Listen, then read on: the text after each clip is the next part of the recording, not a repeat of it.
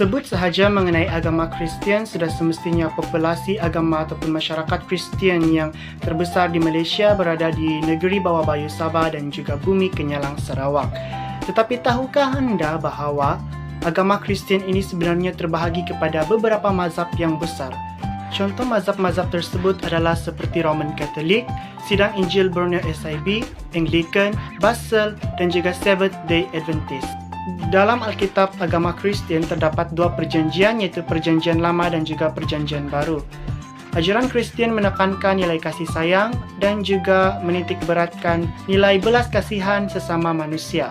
Asas ajaran ini adalah mengasihi ataupun mencintai Tuhan dengan segenap hati, jiwa dan akal budi, serta mencintai sesama manusia seperti diri sendiri.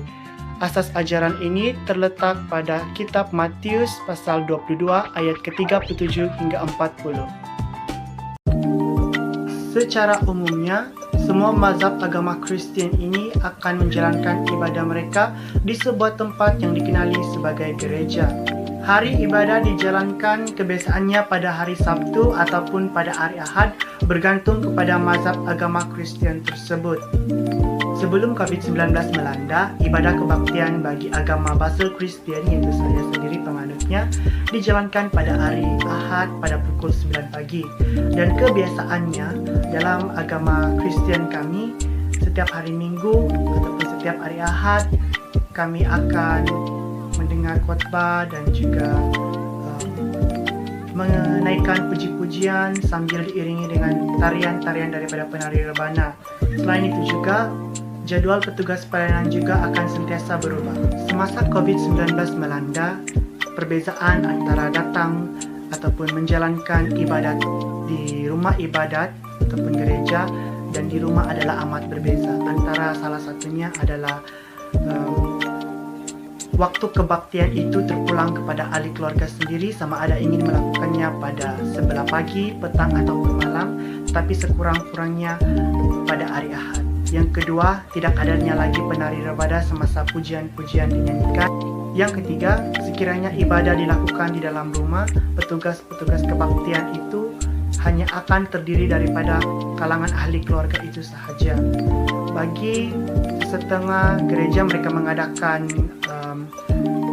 siaran langsung ataupun online, ibadah online, tetapi disebabkan kawasan tempat tinggal kami tidak mencapai capaian internet yang sangat tinggi, kami terpaksa mendengar audio yang disampaikan oleh para pendeta ataupun pastor, dan kami melakukan ibadah kami di rumah secara sendiri.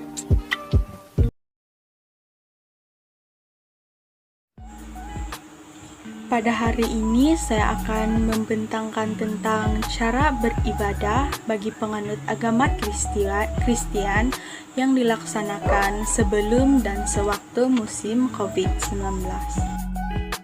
Sebelum virus COVID-19 melanda negara, kami dapat menjalankan ibadah secara seperti biasa ataupun secara bersemuka. Kami juga dapat melayani Tuhan di dalam gereja bersama-sama dan dapat saling bersalam-salaman untuk mengucapkan selamat hari Sabat sesama anggota keluarga di gereja yang lain. Pada masa kini pula, semenjak COVID-19 melanda negara, kami menjalankan ibadah secara online ataupun dalam talian, sama ada menggunakan aplikasi Google Meet, Zoom, ataupun melalui live Facebook ataupun YouTube.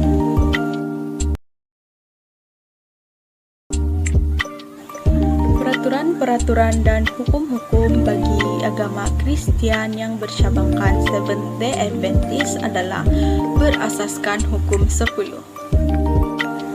Hukum 10 ini digunakan oleh penganut-penganut bagi agama Kristian Seventh-day Adventist di dalam hidup mereka sebagai panduan untuk menjalani hidup dengan mulia. Bagi mazhab Kristian dalam gereja saya, berikut merupakan 10 hukum yang terdapat dalam gereja kami.